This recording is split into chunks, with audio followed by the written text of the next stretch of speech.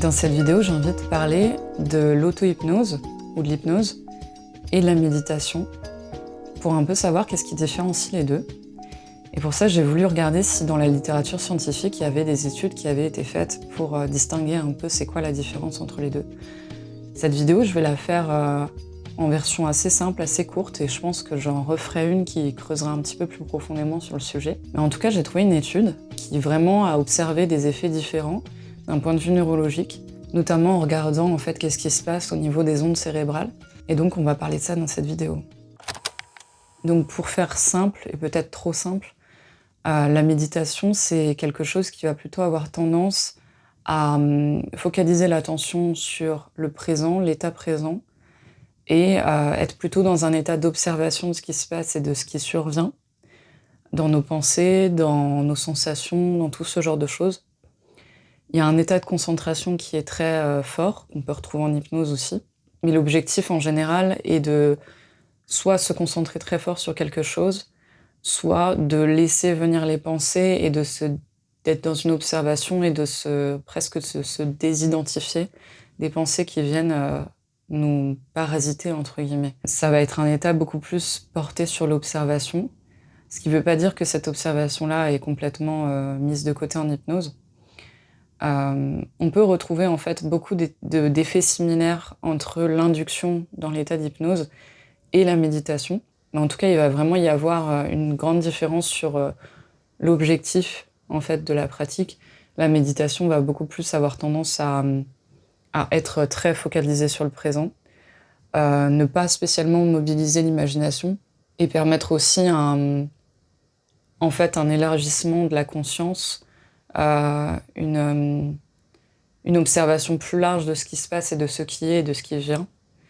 Et ça va permettre un relâchement, ça va permettre aussi beaucoup de choses en termes de se désidentifier de certaines émotions, se désidentifier de ce qui passe en fait dans notre esprit. Et avec une grande pratique, ça améliore les capacités attentionnelles, de concentration notamment, et ça améliore aussi tout ce qui est anxiété, etc. Ça va avoir tendance à faire diminuer l'anxiété quand on a une pratique régulière.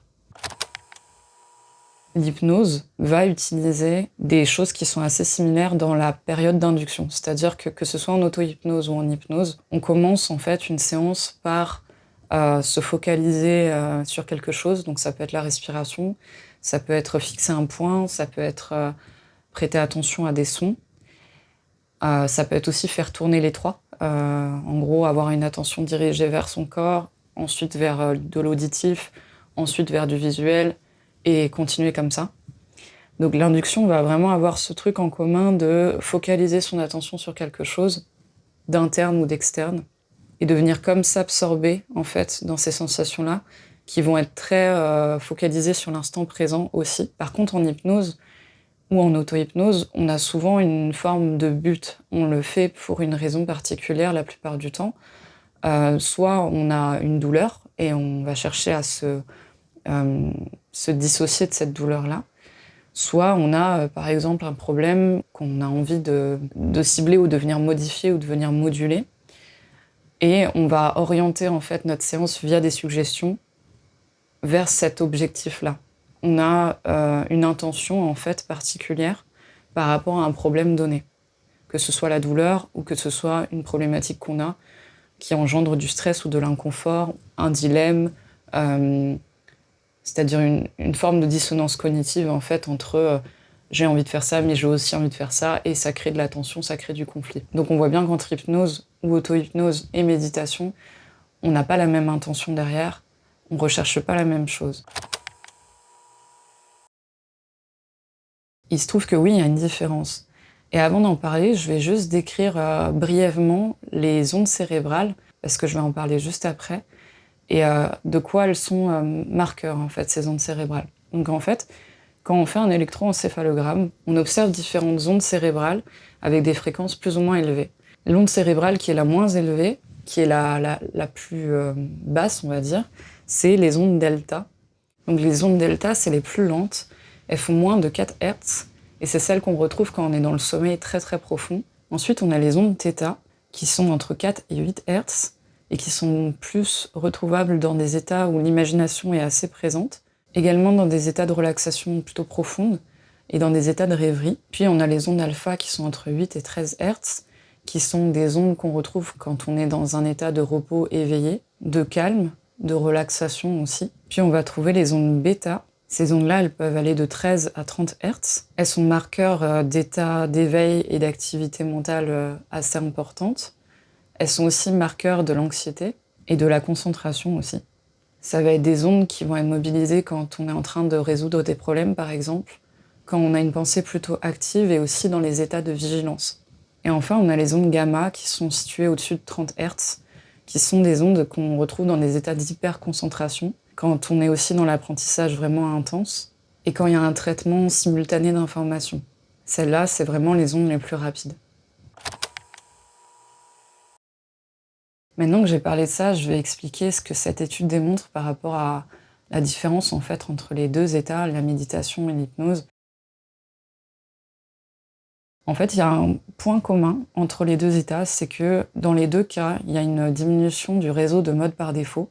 Donc ça, j'en ai parlé dans une précédente vidéo.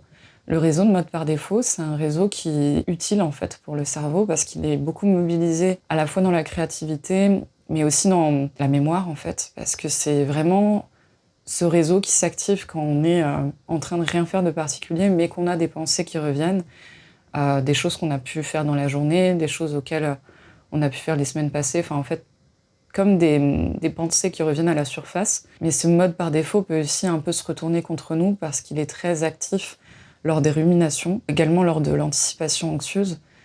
Donc il va en fait être un peu en mode automatique si on veut. C'est pour ça qu'on l'appelle mode par défaut, c'est-à-dire qu'il prend le pas quand il n'y a rien, aucune activité sur laquelle se focaliser, sur laquelle se concentrer. Et là où il peut nous desservir, c'est vraiment dans des cas où l'anxiété prend le dessus. Et donc, en tout cas, la méditation et l'hypnose ont ce truc en commun de faire diminuer en fait ce réseau de mode par défaut, comme venir inhiber en fait cette activité-là. Maintenant, ce que cette étude a montré de différent en fait entre les deux états, c'est qu'au niveau des ondes alpha, en état de méditation, ces ondes sont plus présentes dans la partie frontale du cerveau. Donc la partie frontale, ça va être au niveau du lobe frontal. Donc c'est plutôt à ce niveau-là en fait. Alors que dans l'état d'hypnose, elles sont plus actives dans les zones centrales et temporales. Donc centrale, ça va plutôt être au milieu, temporale, c'est par rapport au lobe temporal. Donc on voit déjà en fait que ce soit l'état de méditation ou l'état d'hypnose, il y a une activité qui peut sembler commune, mais qui ne se trouve pas au même endroit. Donc déjà, on a un marqueur là qu'il y a quelque chose qui est différent. Et quelque chose qu'ils ont observé qui n'est pas présent dans la méditation, c'est que les ondes θ sont mobilisées et qu'on en retrouve en fait dans l'état d'hypnose. Les ondes θ, comme je l'avais expliqué tout à l'heure, elles sont beaucoup plus impliquées dans l'imagination. Et donc on comprend bien pourquoi l'hypnose en fait peut amener du changement, parce que cet état-là d'imagination et qui permet par exemple de faire des futurisations en hypnose, de faire aussi des régressions en âge qui des fois viennent de manière spontanée. Cet accès-là à l'imagination active, qui donc est prouvé par les études en question, permet d'autres choses que ce que permet la méditation. On n'est pas du tout sur les mêmes enjeux et les mêmes buts, et il y a cette chose où l'hypnose permet aussi donc d'aller explorer en fait différentes choses et d'aller aussi explorer qu'est-ce qui se passe si dans le futur on s'imagine en train de faire quelque chose d'autre. Et on comprend mieux aussi pourquoi l'hypnose peut servir dans la préparation mentale pour les sportifs, par exemple, ou pour la planification de projets et la préparation à certains projets professionnels, par exemple, ou artistiques ou autres. Parce que cette imagination qui est beaucoup plus engagée permet de faire des choses complètement différentes. Maintenant, moi, je me pose la question de la fluidité, en fait, entre les deux pratiques.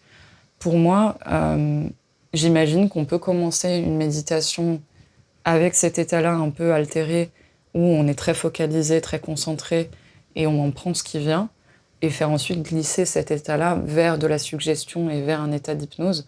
J'imagine que tout est possible.